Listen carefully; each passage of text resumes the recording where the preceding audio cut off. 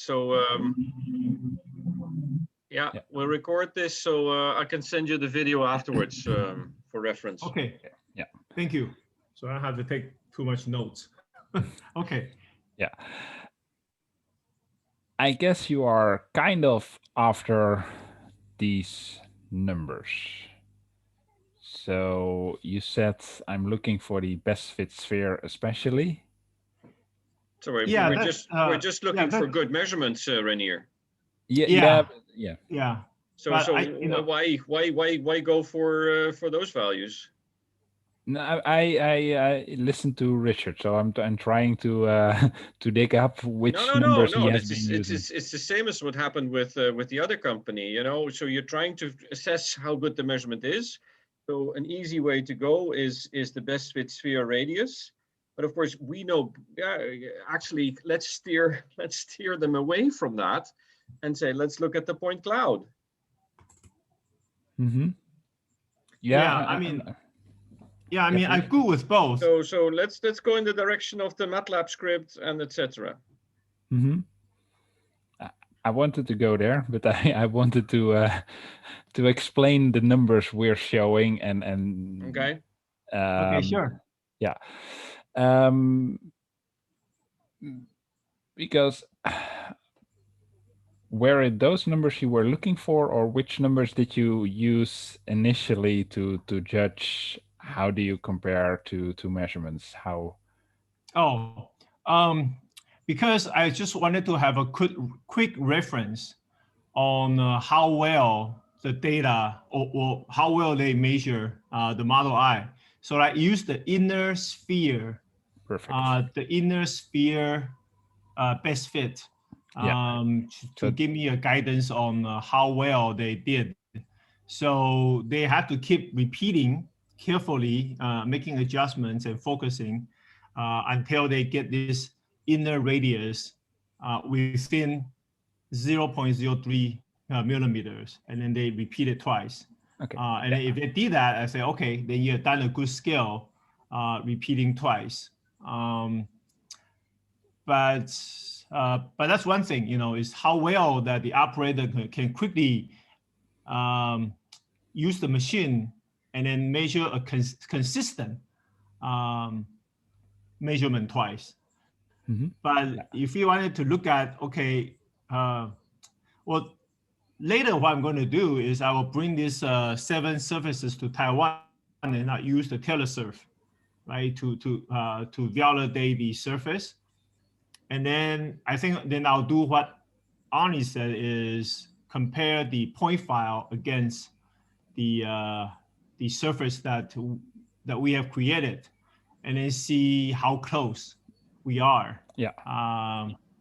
Between the points file and also the all the measurements that the operators have done. Yeah.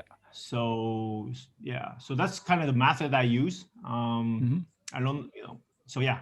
Yeah. Go ahead. Well, I agree completely. This is looking for a quick number. This is the best one we have because what I wanted to explain, these numbers are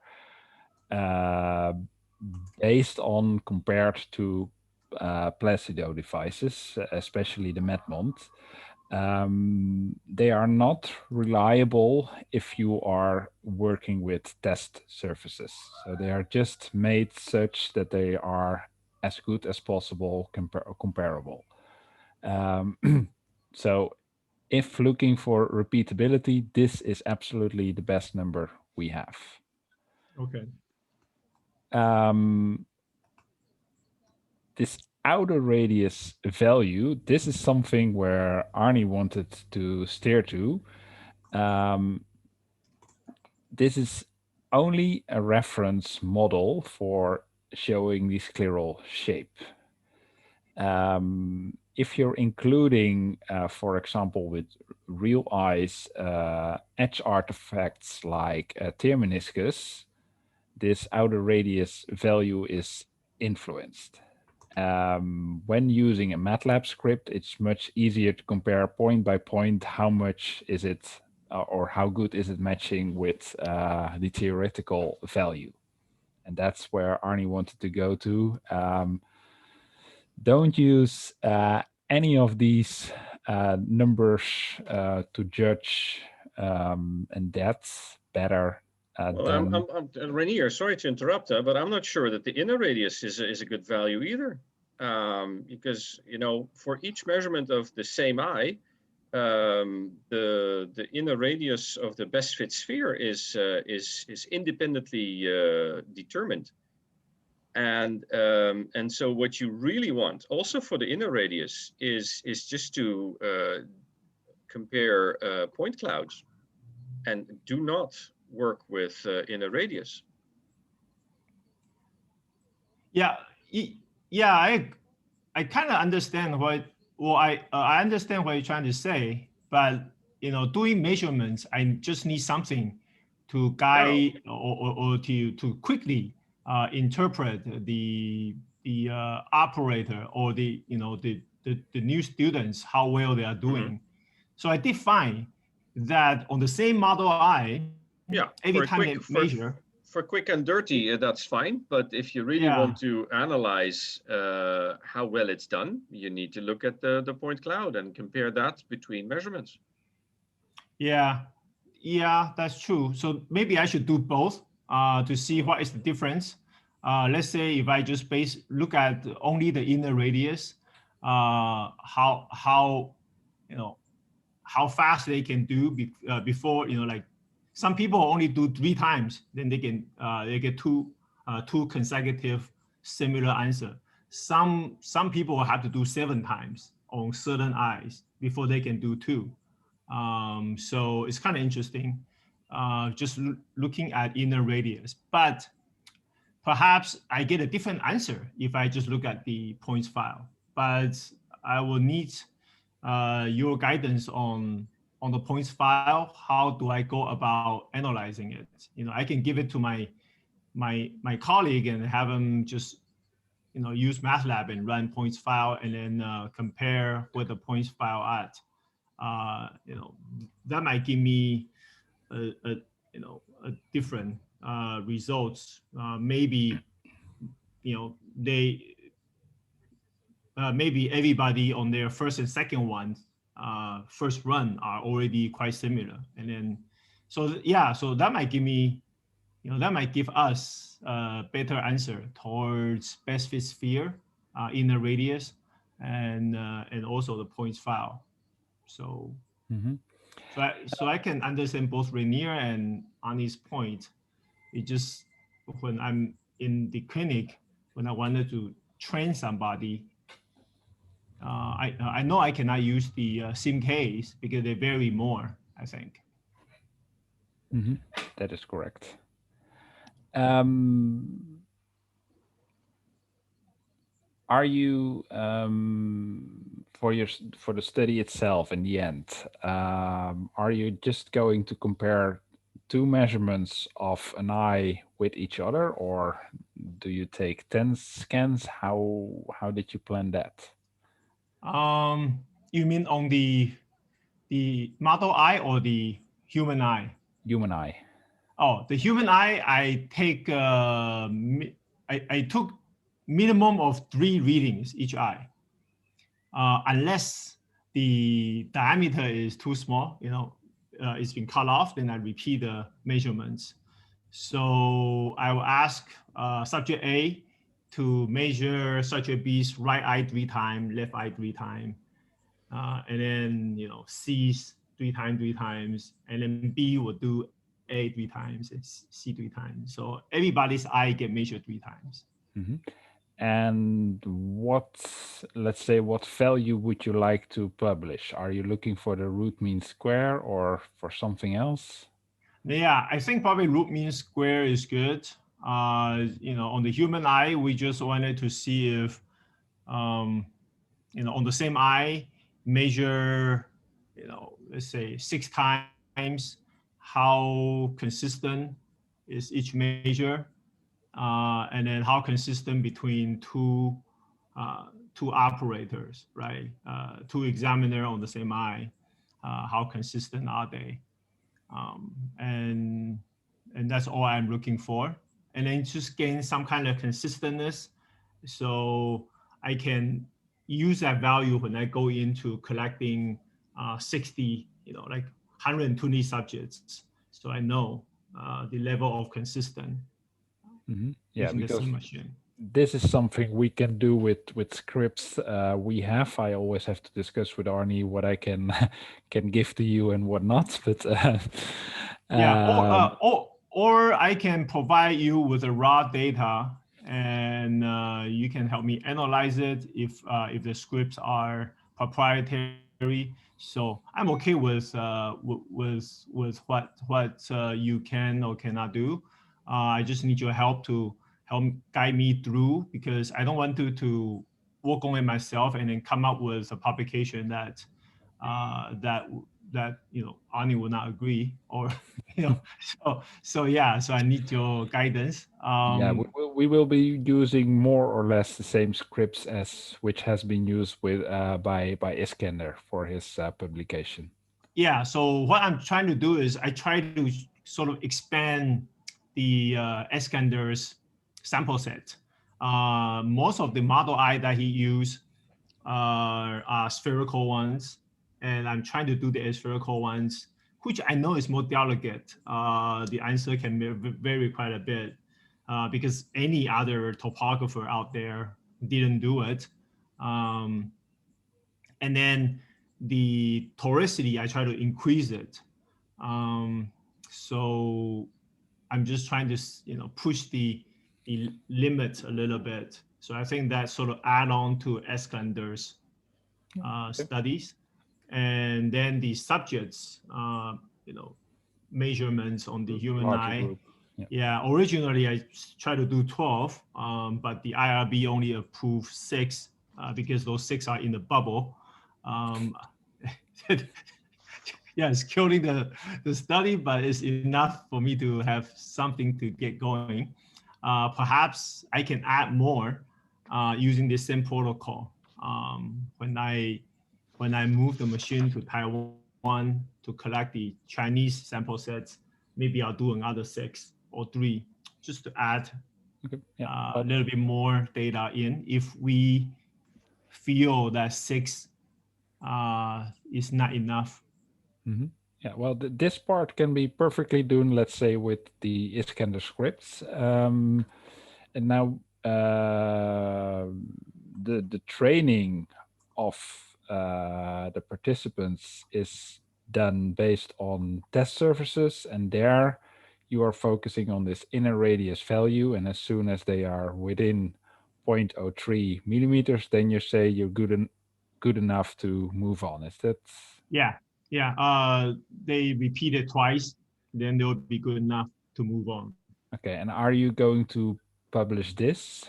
How many times they need until they're good enough, or? Yeah, that's the original intentions.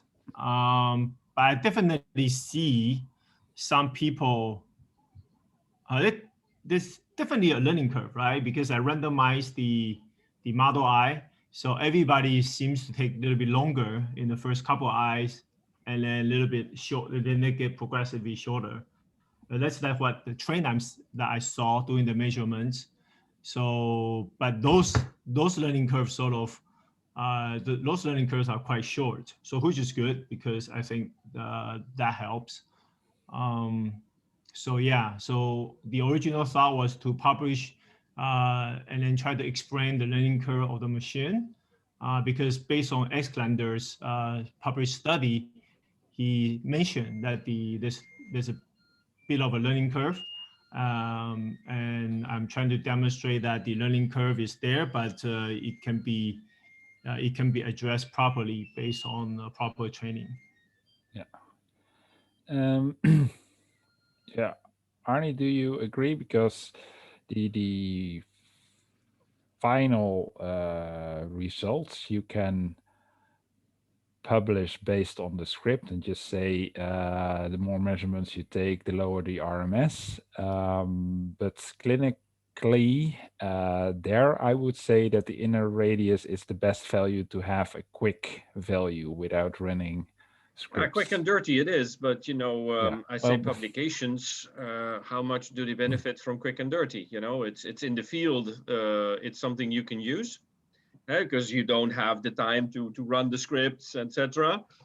So for publications, definitely go for the scripts and a more precise, detailed, more scientific method. Okay. Yeah. Then we're on the same page. Yeah. Okay. Okay, very good. No, we're very happy to assist you with that, of course. And yeah, as Reinier indicated, we need to be a little bit careful about proprietary stuff, but at the same time, you know, we want you to be successful. So we'll do whatever it takes. Either, as you suggested, we can analyze the data for you. Yeah. What is your schedule? What is your timelines? Well, I mean, you know, well, I guess I shouldn't say as soon as possible, but you know, just when, yeah, just you know, just whenever the time allows. What I can do is I can export the. Yeah. Do you have the data ready now? So you know, then we can plan it in.